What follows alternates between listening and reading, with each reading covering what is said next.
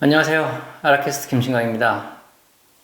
오늘은 초심 얘기를 좀 해봅시다. 요즘 개원 상담을 제가 일주일에 한 두세 건은 하는 것 같아요. 날도 좀 풀리고, 그 다음에 작년에 전공의 사태도 있었고 하다 보니까 좀 놀고 있는 의사 선생님들이 많아요. 그러다 보니까 개원 상담이 부쩍 늘어난 것 같아요. 그러면 개원을 하기로 결심을 했어요. 그러면 이제 일에 태스크들이 엄청나게 많이 있을 텐데, 결심을 딱 했으면 제일 1번으로 해야 될 일이 과연 뭘까요? 아마도 입지를 찾는 거, 땅 보러 다니는 거, 그 다음에 뭐 대출을 받으러 다닌다든지, 아니면 병원에 이름을 지어 본다든지, 또는 인테리어 오래 걸린다던데 인테리어 업체 먼저 만나야 되나? 홈페이지 업체 먼저 만나야 되나? 아니면 내가 일했던 병원이나 뭐 아는 사람 소개받아서 괜찮은 지원을 미리 좀 섭외를 해놔야 되나? 뭐 다 중요하죠. 다 중요합니다. 그런데 이 모든 일들을 하기 전에 가장 먼저 해야 되는 일이 있습니다. 자, 병원도 하나의 사업이잖아요. 사업을 한다고 하면 제일 먼저 보통 뭐 합니까? 컨셉 정하잖아요. 자, 이걸 병원에 좀 투영해 보자고요. 바로 어떤 병원을 만들 건데, 그러니까 자기가 피부과야, 뭐 통증이야, 산부인과야, 진료 과목이 아니라 그 수많은 병원들이 있고 내가 들어갈 어딘가에 입지가 있을 텐데, 거기에도 병원들이 나랑 똑같은 과목의 병원들이 몇 개가 이렇게 있을 텐데, 그럼 우리 병원을 왜 와야 되지? 난 어떤 병원을 만들어야 되지? 이거에 대한 답을 찾는 게 가장 먼저입니다. 자, 주변을 둘러보십시오. 병원이 넘쳐납니다.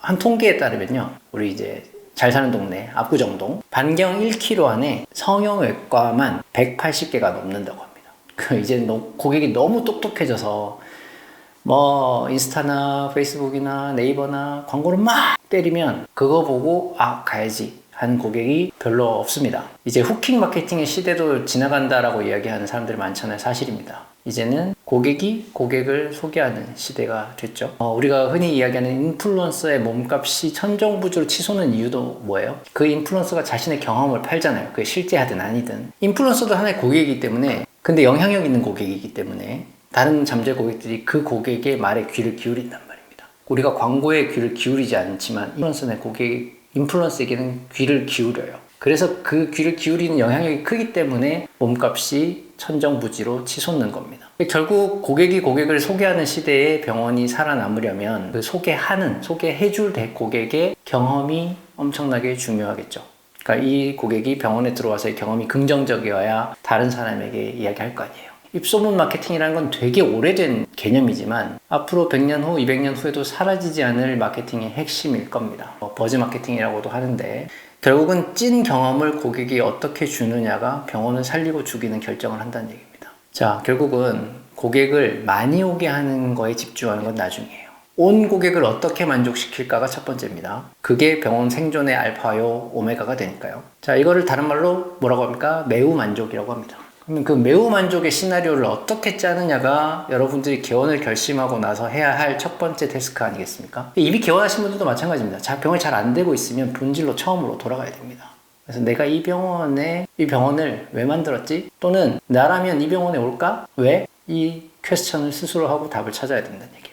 자, 의사 선생님들은 대부분 소득 수준도 높죠. 교육 수준도 높죠. 그러니까 여러분 한 명 한 명이 이미 까다로운 고객일 확률이 높아요. 취향이 높단 말이에요. 시선이 이제 높아요. 그러면 자, 우리가 하나의 호텔을 고른다고 생각합시다. 얼마나 고민을 많이 합니까? 호텔 서비스가 얼마나 괜찮은지, 시설이 얼마나 깨끗한지, 리뷰는 어떤지, 그리고 가격은 내가 지불할 만큼 합당하다고 생각이 드는지, 요소를 다 따지지 않습니까? 또는 청바지를 하나 사는다고 합시다.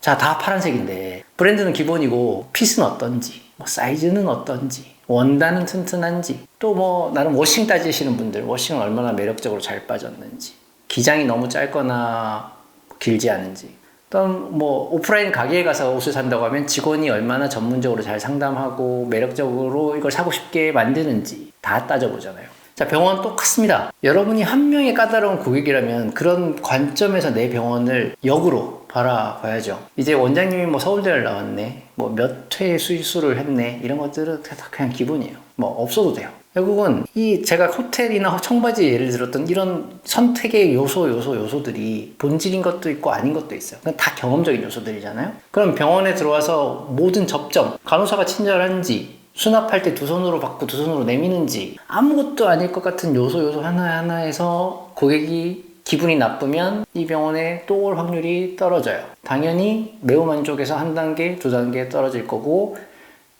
자기가 아는 사람에게 이 병원을 소개할 확률은 그만큼 떨어지게 될 겁니다. 그러니까 온 사람들한테 별 5개 와야 되려면 어떻게 해야 되지 내 병원은? 그게 병원을 개원할 때 모든 사업을 시작할 때 사고의 출발점이라는 이야기입니다. 결국 가장 먼저 해야 할 일 스스로에게 질문하십시오. 나라면 내 병원에 오고 싶을까?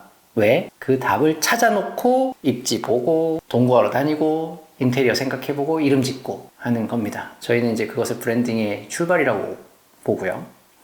그게 곧 내 병원을 매력적으로 만드는 시작이라고 생각해 주시면 좋겠습니다. 오늘 여기까지 하겠습니다. 감사합니다.